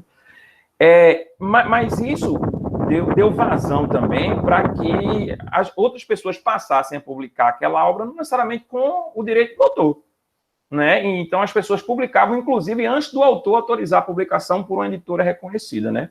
Então, essa relação de autor e obra, e editor e obra, é uma relação complexa que ajudou, inclusive, a popularização do livro e a popularização da leitura e a popularização à obra do autor, né, que não necessariamente é em livro. Essa obra do autor pode ser numa peça de teatro, hoje pode ser no cinema, pode ser numa música, pode ser em livro, e esse livro tem diversas formas, né? Você lê hoje no telefone celular, no CD-ROM, no computador, que você baixa em PDF e tal. E isso é uma coisa interessante, porque o que o Chartier vai dizer é a depender da forma que aquele texto se apresenta para você, aquele texto pode ter um significado muito diferente. Ou seja, a depender da forma de edição que aquele texto se apresenta para você. E aí vem a questão da subjetividade, a depender do momento que você está lendo aquela forma de edição. Quando eu li esse texto, o Autor Navegador, por exemplo, né, a primeira vez, foi numa disciplina de mestrado, e eu li para debater, por exemplo, com os professores, porque era o texto que eu tinha que apresentar. Então, eu li enquanto aluno que eu precisava, por exemplo, apresentar um seminário. E li num livro impresso e fazendo as observações que o Chartier, inclusive, fala disso, né? A questão, por exemplo, de a gente sair anotando no livro, né, as nossas observações, mas eu li com objetivo. Hoje, para discutir esse texto aqui com vocês, eu li ele em PDF, como a gente, por exemplo, popularizou para vocês aí, e não necessariamente mais como aluno de mestrado. Eu li em PDF como aluno da universidade, como docente da Universidade Federal. Veja, por mais que seja o mesmo texto, mas eu li em contexto de subjetividades diferentes, enquanto aluno de mestrado e hoje enquanto professor da Universidade Federal, e li em formatos diferentes. Lá eu fiz as observações diretamente no livro, porque eu li o livro e pegava e fazia as observações diretamente lá. Aqui, como o texto estava em PDF e eu queria, na verdade, estar com ele, digamos assim, com as anotações aqui mais próximas, até na hora que eu fosse debater com vocês, então eu fiz essas observações no caderno, como está aqui, né? Posso mostrar, inclusive, a vocês. Então, isso faz com que esse processo de edição, de leitura e de produção do texto, dependendo do contexto e da forma que tudo isso é realizado, tenha contornos e formas, na verdade, totalmente distintas, né? Enfim, é isso. Pelo menos nessa parte aí, antes da gente pular para outra aí, se alguém quer fazer mais intervenções.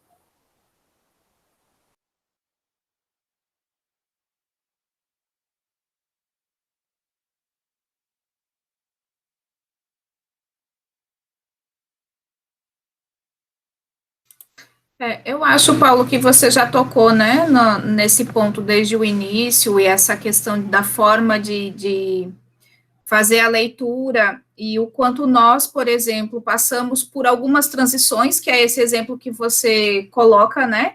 Então, eu lembro no começo, quando o Rai estava falando de caneta, que Rafa escreveu no chat, eu ainda uso a caneta para pensar, né? Então, a gente passa por diferentes situações, tanto para a escrita quanto para a leitura, e que envolve, ora a gente está com o livro impresso, às vezes eu tenho a sensação que quando eu estou lendo PDF, eu não consigo da mesma forma que né, se eu estiver com o livro aberto, e aí eu fico pensando nas novas gerações que você já colocou, né, como é, porque eles já estão chegando, principalmente agora que a tela faz parte do nosso dia a dia e das nossas quase 20 horas, se a gente for dizer assim, né? Então, como será, por parte dessas novas gerações, a leitura e essa própria construção, uma vez que talvez não tenha tanta diferença nessa forma, né, do próprio material. Enfim, eu acho que são só colocações, assim, né, que a gente vai avançando aí na escrita, na leitura e pensando, como Rafa, também com o livro físico, né, de fato. Então, a gente sente isso, mas e quem está chegando agora, né, qual o sentimento e até mesmo a escrita? Então, o que vai ser no futuro dessa própria construção histórica, né, em torno dos escritos e dos registros que ficam. Acho que é isso que a gente levanta aí como reflexões e que você pode avançar. Só um parêntese aí, Vivi. Veja, ainda na graduação, eu cheguei a levar texto eletrônico pessoal, né? A gente tinha copiadora ali e tal, tem a biblioteca, mas eu cheguei a levar texto eletrônico pessoal. E é interessante que tinha gente que não gostava. Olha, professor, não tem de uma forma de a gente imprimir isso, não, na biblioteca dentro. Tem também. Por quê? Porque tem gente que não, como você falou, não se sente muito à vontade ainda lendo em PDF, não curte ler em PDF, né? Eu meio que aprendi, né? Eu fui forçado, e a gente agora está sendo forçado a aprender, não tem muito para onde correr, né? Mas a forma realmente da apresentação do texto, e a forma que aquele texto é editado, realmente pode facilitar ou não para determinado tipo de leitor, diante daquilo que aquele leitor, digamos assim, foi acostumado a ler, né? E a forma com que aquele leitor foi acostumado a ler. Mais alguém aí? Não, Paulo, só fazer uma observação sobre isso, não tem nada a ver também, mas veja,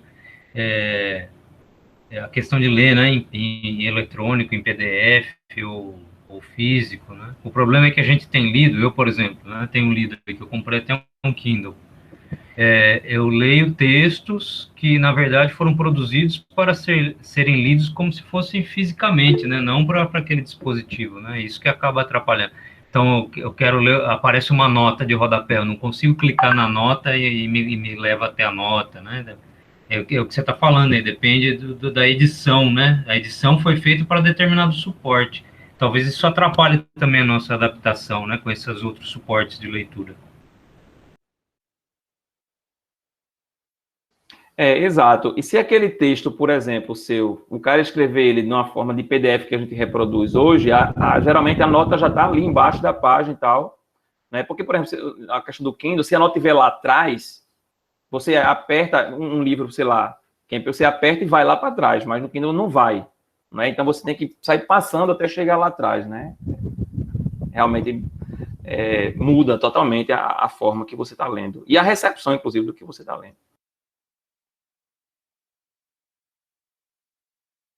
Bem, deixa eu passar para a outra parte aqui, né, do livro, que é a penúltima parte da conversa do Chartier, que é o leitor. Exatamente isso, quando a gente chega agora, que é entre limitações e liberdades, né? E o Chartier vai dizer que o leitor, hoje, né, mesmo com certas limitações, ele tem mais liberdade do que o leitor do século XVIII, ou que o leitor, por exemplo, do século XIV ou XV, do período medieval, por exemplo, né? Lógico, primeiro que hoje a gente, por exemplo, mulheres podem ler à vontade. Pensem que no período medieval, na Idade Média, ou mesmo abaixo da Idade Média, não necessariamente era permitido o acesso à leitura, né? Hoje, você não mata de determinadas pessoas por ter acesso a determinadas leituras, né? Pelo menos, eu estou falando de uma forma geral. Há lugares que isso ainda é um pouco complicado, um pouco conturbado, né? Quando você lê, por exemplo, o Chartier, o Ginsburg, né? Nos Andarilhos do Bem, ou no próximo, nas Histórias Noturnas, ou no próprio Queijo e os Vermes, né? Ou a Laura de Melo Souza, por exemplo, quando você lê a Laura de Melo Souza esqueci o nome daquele texto agora, O Diabo e a Terra Santa Cruz, você percebe que, por exemplo, muitas pessoas, elas eram acusadas de cometer bruxaria, né, a partir das leituras que elas tinham tido acesso, né? E elas eram forçadas a confessar que leram aquilo dali, não é? E assim, às vezes o cara não tinha lido nada daquilo, mas se torturava, até o cara dizer que leu aquilo para justificar, mandar ele para a fogueira, porque ele estava lendo algo que era proibido, né? E às vezes o cara não leu absolutamente nada daquilo. Mas só para mostrar que, de fato, o Chartier concorda que hoje é uma determinada liberdade maior, né? Desse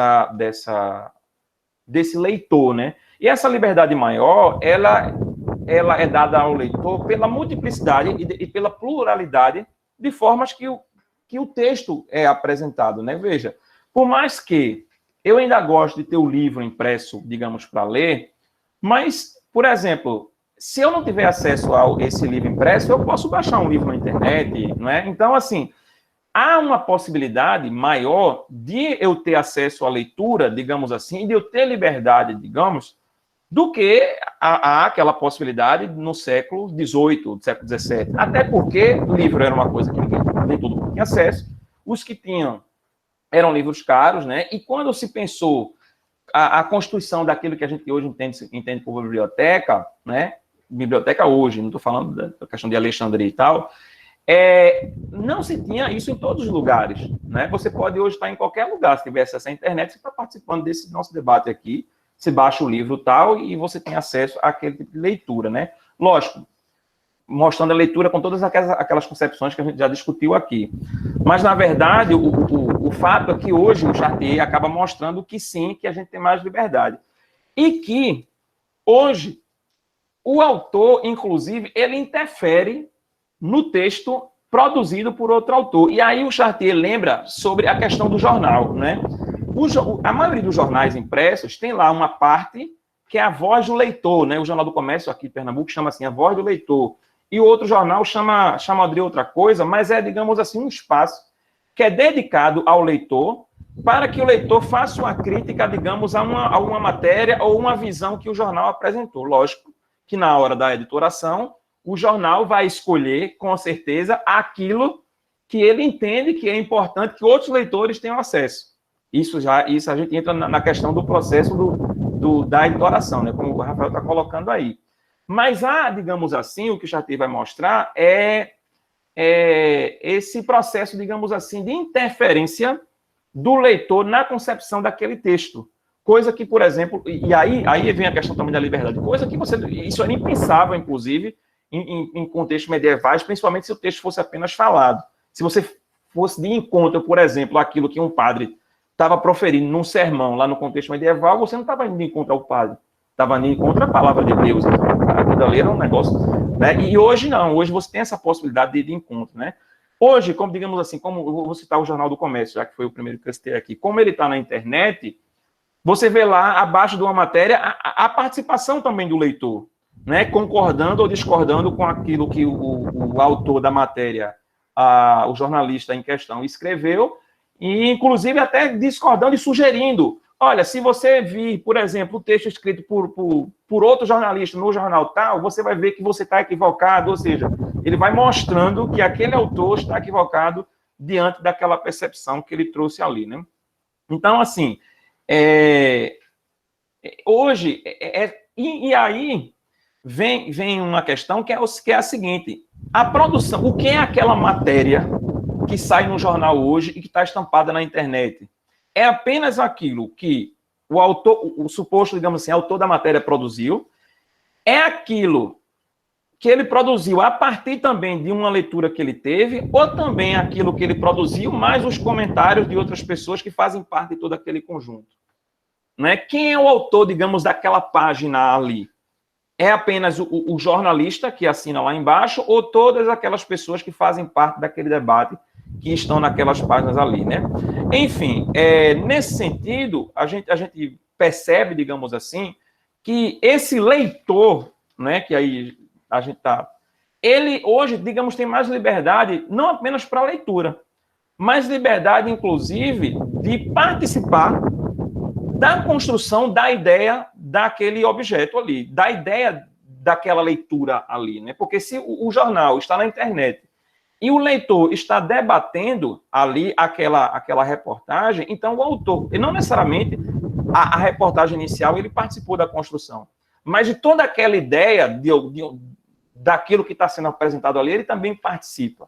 Né? Então, hoje, digamos assim, aquela reportagem, você pode até, o jornalista pode até assinar, o jornalista, sei lá, Paulo Julião. Contudo, a construção da ideia e o debate daquela página não necessariamente pertence mais àquele jornalista. Ele pertence agora ao mundo que tem a possibilidade e a oportunidade de participar daquilo ali. Esse PDF que circulou, né, para que a gente tivesse acesso à leitura, cortou muitas imagens, né, do original. Mas se você pegar o original desse livro do Chartier, o Chartier percebe isso desde o momento em que os livros começaram a sair dessa forma impressa como a gente conhece aqui, e, na verdade, até da forma da pena. Porque ele diz que o leitor, não necessariamente ele sempre foi passivo que recebeu. O leitor também, ele participava da produção, da construção daquela ideia, quando ele começava a escrever ao lado do texto, discordo disso aqui, de acordo com tal autor, a percepção é diferente. Ou seja, quando a gente faz aquele risco no livro, né, a gente risca aquele parágrafo e ao lado a gente faz alguma anotação ali. O Chartier vai mostrar também que, na verdade, a gente está participando da construção daquela ideia, que pode ficar no caráter privado, né, quando o livro é só meu e eu faço aquela concepção e depois guardo o livro na minha estante, ou pode ficar no caráter público, quando está na internet e eu faço aquelas observações e aquilo dali fica disponível para que outras pessoas tenham acesso, né? Então, nesse sentido, o leitor, ele também passa a ser ativo, ele também é ativo. O Chartier enxerga o leitor como ativo no processo de construção daquele produto, e não apenas como passivo que recebe e que guarda aquilo para si como não fosse parte daquele processo de construção, né? Enfim, é isso, sobre o leitor. E aí eu quero escutar vocês.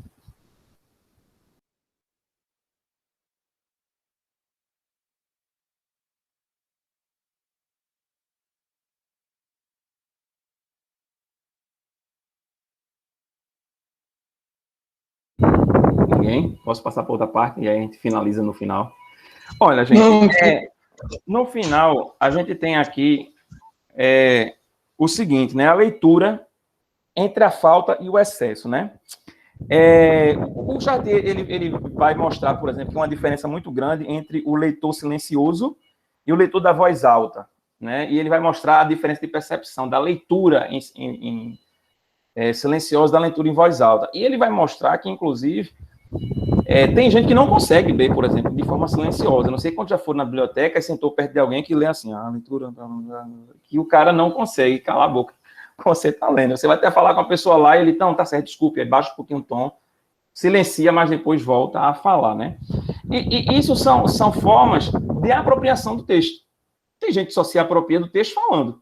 Inclusive, eu não sei quantos dos professores aqui já perceberam isso, mas às vezes, não, uma desgraça, a Rafael está dizendo, mas às vezes, por exemplo, eu leio um texto e quando eu vou, por exemplo, dar uma aula, ou dar uma palestra, eu consigo me apropriar mais daquilo que eu li. Eu sou assim, estou me entregando aqui, do que apenas naquele momento que eu fiz a leitura e que eu fiz as observações no meu caderno, no computador, ou no próprio livro, quando o livro é meu, né?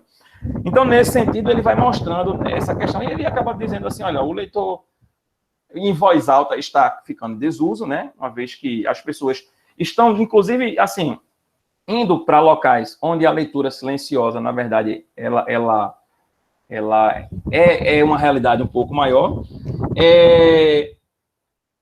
E o Chartier vai mostrar que essa ideia de popularização, digamos assim, da leitura, para que todo... Essa é a primeira questão, né? E a segunda questão, ele vai mostrar que essa ideia de popularização da leitura e dizer que todo mundo deveria ter acesso à leitura e dizer que todo mundo, por exemplo, deve, como, sei lá, aquele comercial do Pelé lá nos anos 90, a ABC, toda criança deve ler e escrever, isso foi muito caro por muito tempo para muita gente. As elites, por exemplo, elas, por muito tempo, viram isso como um problema seríssimo, né? E aí eu vou citar um exemplo muito claro aqui, que o Chartier cita, mas como eu estudei esse assunto mais a fundo, eu posso falar isso com propriedade, que é a questão da reforma, né? Reforma protestante. Veja, a reforma protestante, Martinho Lutero, ele colocou 5 questões muito básicas lá, né?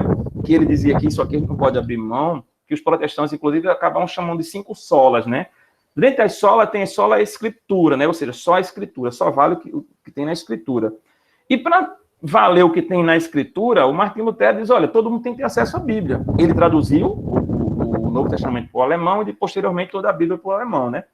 E as pessoas passaram a ter acesso à Bíblia. Mas aí, teve um problema sério, que quando as pessoas começaram a ter acesso à Bíblia, cada um começou a interpretar da sua forma. E aí teve um problema muito grave com os anas batistas, por exemplo, né, que começaram a fazer mini revoluções na Alemanha e posteriormente na Europa toda, que se tornou um problema, inclusive para o próprio Lutero. E aí ele montou um catecismo, dizendo, opa, calma, vocês vão ler a Bíblia, mas a partir disso aqui. Não é? Ou seja, com essa visão aqui, então é só a escritura? Mas nem tanto a livre interpretação. Desculpe. Porque essa livre interpretação gerou problemas seríssimos, né? E o protestantismo, em geral, e a pluralidade protestante, inclusive, é fruto dessa livre interpretação, que causou um problema muito grande para Lutero no seu início, para os príncipes alemães, inclusive, que abraçaram a ideia da reforma e que abraçaram Lutero, inclusive protegendo a sua vida, né, de morrer e tal. Ele foi perseguido, ia ser assassinado e tal. Quando entenderam que essa coisa de só a escritura, mas a escritura, cada um por si, cada um interpretando da sua forma, o Lutero disse, opa, calma, tem um problema disso aqui, então vamos montar o catecismo, né? Então, assim, os luteranos montaram esse catecismo, os calvinistas montaram o catecismo, né? Tem o catecismo de Westminster, por exemplo, é o mais famoso deles, né? E várias outras igrejas protestantes montaram seus catecismos, porque, assim, todo mundo vai ter acesso à Bíblia? Vai. Mas essa coisa de livre interpretação, aí a gente já não vai permitir que isso seja tão assim. E é interessante que, mesmo na sua multiplicidade, todas as igrejas protestantes, elas têm a sua doutrina, que no catolicismo muitas vezes é chamada de catecismo. Enfim, elas têm seu corpo de regra de como você deve ler a Bíblia, ou seja, você é direcionado.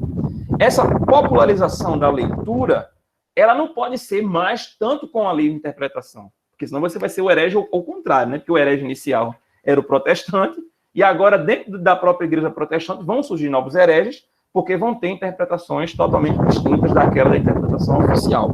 Isso é um perigo. E o outro perigo para as elites, né, dessa leitura universal e desse acesso à leitura e à escrita de forma universal, é um perigo que a gente viu, inclusive, nos últimos anos, né, inclusive com falas aí de dirigentes do nosso país, né, que é o seguinte: quando você, por exemplo, tem acesso à academia de uma pequena elite, não é? E essa pequena elite tem acesso à academia, você tem, por exemplo, uma probabilidade de, quando essa elite for para o mercado de trabalho, eu estou falando agora a relação bem leitura capital e formação em capital, for para o mercado de trabalho, aquele emprego, por exemplo, ter um valor do que se você popularizar aquilo dali e muita gente passar a fazer aquilo dali, que é a demanda do mercado, né? Ou seja, a reserva de mercado, de mão de obra mesmo. Então, tem muita gente da elite hoje que está questionando bastante, por exemplo, a multiplicação de faculdades de medicina, a multiplicação de faculdades de direito, porque o preço, digamos, desse trabalho está caindo muito. Então, esse acesso universal, digamos assim, à leitura, ele começou a preocupar na religião, ele começou a preocupar na questão das elites, ele começou a preocupar, inclusive, porque mulheres começaram a ter acesso à leitura, e isso é um perigo, né? Se você pensar, por exemplo, principalmente o que muitas mulheres começavam a ler no século XIX, com a popularização da leitura, passou a ser um perigo, não é? Essas mulheres terem acesso à leitura, principalmente no século XX. No século XX, a coisa meio que, assim, explodiu, né, do acesso à leitura a muita gente, mas, assim, no século XIX ainda era um perigo muito grande essas mulheres terem acesso à leitura. Então, assim, essa liberdade da leitura, o Chartier vai dizer que ela realmente veio desde da modernidade, né, com a imprensa, com a formação, com a revolução da imprensa, porque bem mais gente passou a ter acesso aos textos impressos e aos textos para serem lidos, mas ela sempre foi uma liberdade vigiada, ou seja, liberdade, mas nem tanto. Lutero disse, olha, vamos todo mundo ler. Quando ele percebeu que causou um problema, ele deu um ré nisso aí e tentou ler, mas ler a partir da nossa visão, né? Então, assim, por fim, acho que para encerrar mesmo, o Chartier vai dizer o seguinte: olha, a gente hoje tem uma possibilidade de ler bem mais, a gente tem a facilidade de ter acesso àquilo que é produzido para a leitura, contudo, e aí é onde ele finaliza, ele tem certas dúvidas da qualidade dessa leitura e daquilo que se é produzido para ler. Eu acho que a conclusão dele é basicamente essa, é que a gente tem realmente mais liberdade, tem uma maior produção, mas ele tem determinadas dúvidas, digamos assim, se realmente essa leitura está sendo uma leitura, digamos, com uma maior qualidade do que o leitor lá do século XVI. Né? A gente tem mais acesso, mas será que a gente está lendo com uma qualidade maior do que o cara que lia no século XVI, por exemplo? Né? Fica essa pergunta no ar, que é como ele finaliza basicamente o livro. Gente, eu só quero, enquanto vocês vão conversar, eu vou só fechar a câmera aqui, que eu vou falar com uma pessoa aqui, mas eu volto 2 minutinhos, tá certo? E às 17 horas eu vou precisar sair, viu? Mas eu vou só bem rapidinho aqui e vou fechar a câmera enquanto vocês falam algumas coisas aí. Oi, acho que Arnaldo queria falar, não foi, Arnaldo? Quando o Paulo tomou a palavra novamente. Não, o que eu ia falar é sobre as práticas humanas, né? Por mais que a gente tenha uma dimensão tecnológica e acaba lidando de forma diferente com as coisas, a prática ela é semelhante, né? Na fala que eu fiz ontem, ignora o WhatsApp, é assim o tempo todo, tá, gente? Na fala que eu fiz ontem, eu até mostrei uma imagem, que é uma imagem, não sei se vocês chegaram a ver, de é como se fosse uma máquina de madeira que fica na Universidade de Puebla, que você consegue colocar 7 livros, né, para você poder fazer a pesquisa e tudo mais. Então, se a gente parar para pensar, lá no século XVIII, a gente tinha também uma questão tecnológica, no sentido de facilitar o processo de pesquisa, o que hoje nós temos, por exemplo, nas abas do Chrome, né, da pesquisa da internet. Se a gente for para a internet 1.0, para a web 1.0, a gente não vai ter isso. A gente tinha uma internet que era basicamente de pesquisa, funcionava como uma mera biblioteca e você não tinha essas opções de abas. Então, a necessidade, ela vai possibilitando que a tecnologia, seja ela qual tecnologia for, eu não estou falando somente da tecnologia digital, mas tecnologia no sentido de usar da técnica numa perspectiva da lógica, da ciência, ela vai sempre buscar essas ações, né? Então, quando o Chartier fala dessas revoluções, desses momentos distintos, seja da xilogravura, ou seja lá como ele fala da questão do Gutenberg, né? Já faz um tempinho que eu li esse texto, tá, gente? Eu acho que está lá no começo, essa parte do Gutenberg, se eu não me engano. Mas, como a gente percebe que, na verdade, essas revoluções, elas vêm basicamente pelas necessidades humanas. E essas necessidades humanas, elas acabam remetendo também aos interesses de uma época, o que acaba tendo uma dimensão histórica. E aí que eu acho que essa obra se difere bastante da questão da representação, da discussão do Chartier para a representação, porque ele está pensando esses tratos de construção humana mesmo, e não necessariamente a reflexão do sentido das coisas que ele acaba trazendo lá na questão da reflexão, da representação. Eu só queria trazer uma coisa nessa fala de Arnaldo aí. Paulo. Acompanhando o Arnaldo, e também eu não consegui entender como você, que hoje a gente tem uma forma que pode ser menos qualitativa, digamos assim. Não estou usando a sua expressão, não, mas pelo menos foi o que me apropriei. Mas a impressão que eu tenho é que, ao acompanhar as etapas de desenvolvimento da leitura, considerando isso que o Arnaldo falou, como fruto de tempo, de demandas, e também de construções mentais e de tecnologias, numa forma nem acertada, nem equivocada de leitura. Muito pelo contrário, o que ele faz, eu não consegui perceber esse juízo de valor. Talvez tenha uma leitura mais enviesada, mas confesso que eu não consegui, mesmo porque achei que a ideia do Chartier era justamente, ao fazer a história da leitura, nos fazer enxergar esse desenvolvimento, ou essas etapas pelas quais passamos desde o rolo, na antiguidade, até o computador no século XX. Duas coisas que eu queria falar aí. Primeiro que, assim, eu não sei se ele tem uma ideia negativa de leitura. Na verdade, ele deixa no ar se realmente a gente tem ou não uma melhor qualidade. E aí ele vai discutir o que é qualidade de leitura, né? Ou seja, se realmente hoje a gente tem uma leitura de melhor qualidade do que tinha, por exemplo, o pessoal do século XVI. Porque aí é um outro debate sobre o que a gente entende por qualidade, né? E sobre a questão, por exemplo, da necessidade de acordo com o contexto, talvez a gente também pode olhar que a gente entra naquela necessidade pelaquela demanda, talvez aquele contexto crie aquela demanda. E não necessariamente você tinha aquela demanda e que ela tinha aquela necessidade, mas o contexto lhe fez entender que você, na verdade, precisa daquela demanda. Por exemplo, eu, por exemplo, eu não tenho, desde que eu fui estudar para o concurso da UFPE, eu já falei isso para alguns de vocês aqui, em 2016, eu cancelei o Facebook e o Instagram, né? E até hoje eu não tenho. Assim, depois que terminou o concurso, que eu fui aprovado e tal, eu disse, nossa, eu descobri que tem uma vida fora disso. Quando eu vou conversar hoje com algumas pessoas, como você não tem Instagram e tal, é como se, veja, é como se esse contexto, né, de demanda, por exemplo, é como se fosse criado hoje, não tem como alguém ter Instagram, é uma demanda que é necessário que se tenha, digamos assim. Quando eu falo isso para alguém que eu não tenho Facebook, não tenho Instagram, eu quase que sou linchado publicamente, né? Porque como alguém... Facebook mais não. Porque na época que eu cancelei, o forte ainda era o Facebook, né? Não era tanto o Instagram, em 2016. Hoje aqui é um Instagram.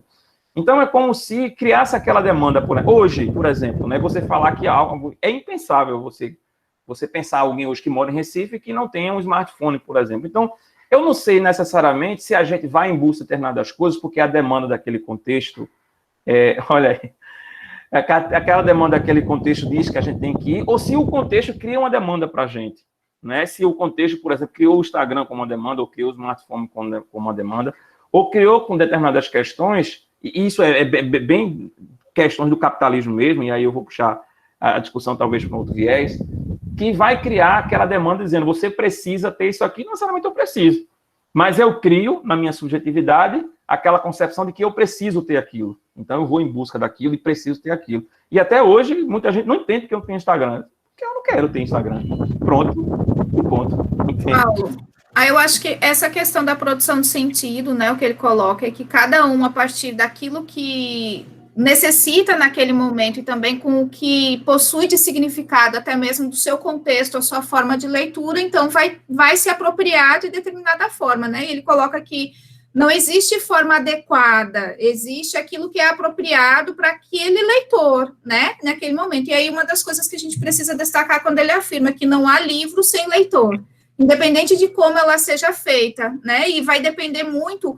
Se eu estou, por exemplo, num momento de descontração, por vezes não me importa a iluminação ou o Kindle, por exemplo, que eu tenho uma dificuldade muito grande, né, de me adaptar. Mas se já é para estudar para um concurso ou para preparar uma aula, né, eu realizo uma leitura de forma diferente. E aí eu acho que é nisso que ele entra em não julgamento, e sim a leitura, né, para que você está fazendo. Eu assim entendo, né, eu faço essa leitura também, né, e essa produção de sentido vai depender também da própria, claro, da pessoa e do contexto, de onde ela está e para que ela está fazendo aquela leitura, né, eu acho que seria isso.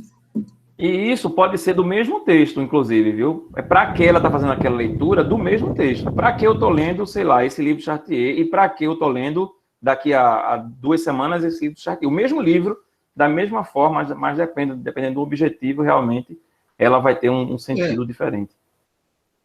Eu que até coloquei aqui no chat do lado, não querendo puxar para a dimensão que eu estudo, que é a educação histórica, mas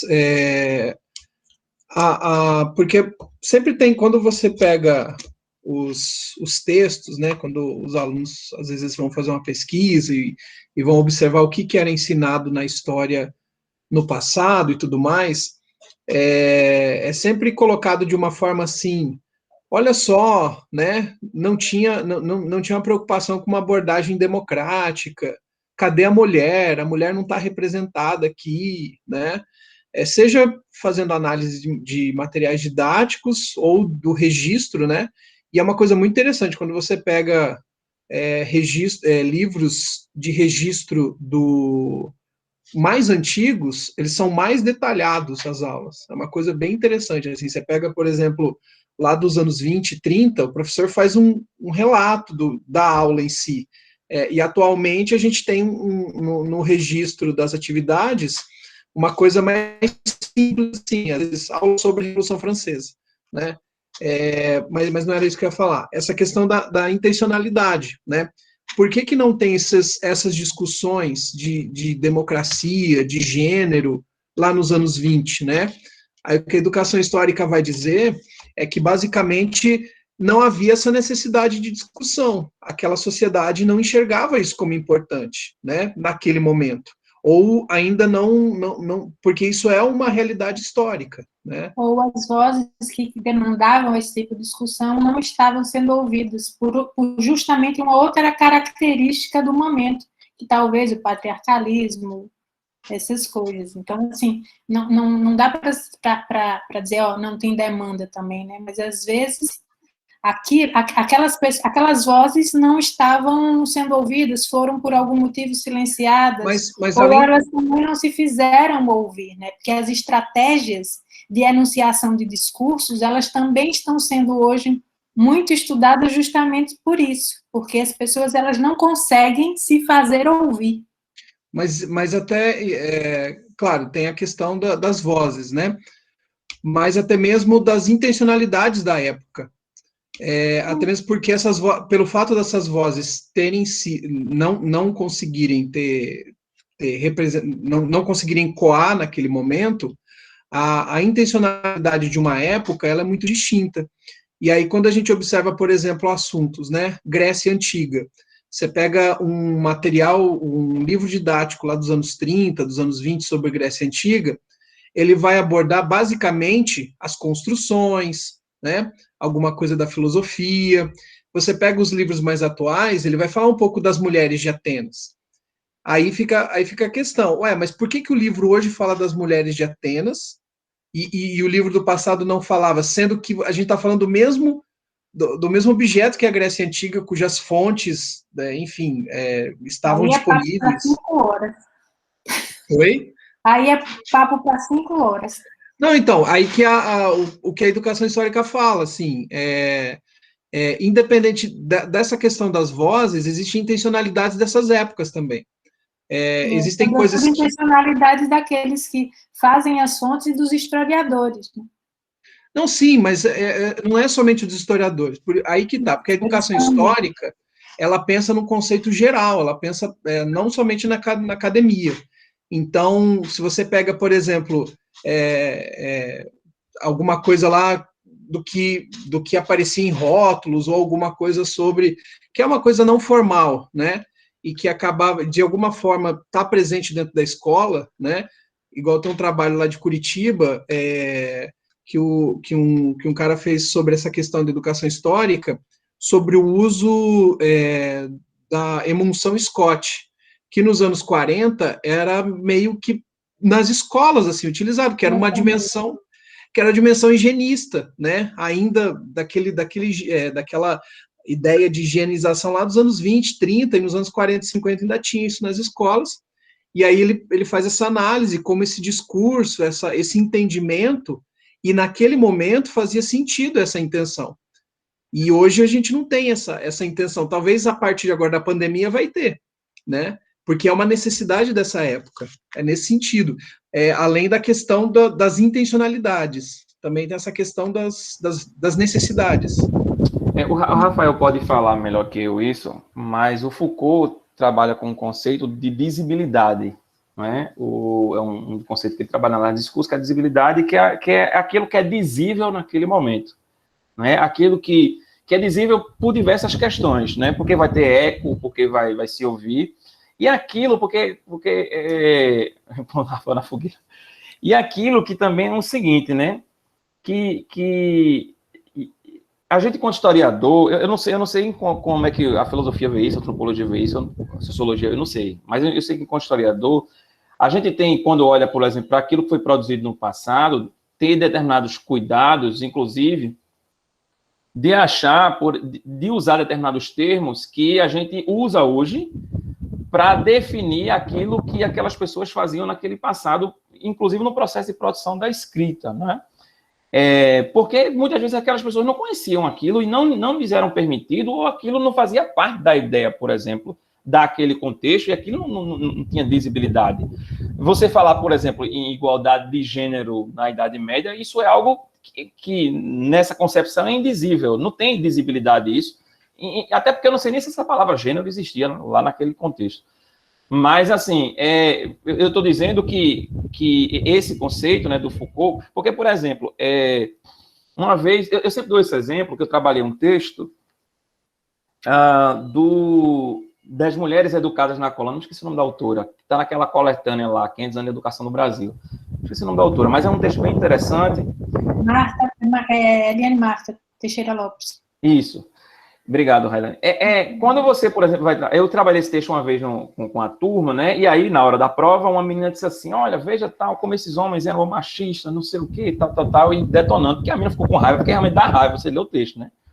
Porque, assim, você vê como as mulheres eram tratadas, principalmente a menina, que era de movimento estudantil na universidade e tal, ela detonou lá. E aí, na hora que eu fui, eu entreguei a prova, tal, levantei para perguntas, na sala de aula, e a menina disse, professor, por que o senhor botou essas observações aqui? Esse povo era machista mesmo, não sei o quê, tal. Eu disse, olha, veja, esse conceito é um conceito que, primeiro, vai variar de acordo com o lugar que você for discutir. Segundo, que eu não sei se esse cara que fazia isso lá no século XVI tinha essa ideia de que ele estava fazendo isso com essa mulher porque ele era machista. Entende? Então, esse conceito de machismo, talvez se um cara, sei lá no século XV dissesse, você é machista, o outro não tinha nem ideia do que estava se tratando ali. E aí, não necessariamente, trazendo para os olhares de hoje, eu vou dizer que isso é ou não machismo. Aí é outra discussão. Mas, assim, quando a gente... E aí é o que eu estou entendendo o que o Arnaldo está querendo dizer sobre a questão da educação histórica, que é o seguinte, é que a gente tem que observar a visibilidade. Eu não posso, por exemplo, dizer que um cara, por exemplo, que dizia para a esposa dele, olha, você vai ficar em casa enquanto eu vou trabalhar fora, cuidar dos meus... e você fica aqui cuidando dos filhos. Lá no século XV, eu não posso dizer que esse cara lá no século XV estava sendo machista, pegando esse conceito do que eu entendo como machismo hoje, e jogando lá para o século XV, dizendo, esse cara aqui é um machista, para quê? Está mandando a mulher ficar em casa cuidando dos filhos enquanto ele está saindo para o mundo trabalhar e tal. Então, isso também é uma concepção de que a gente tem que pegar o que era dizível para o momento e não fazer esses anacronismos aí, porque eles são perigosos.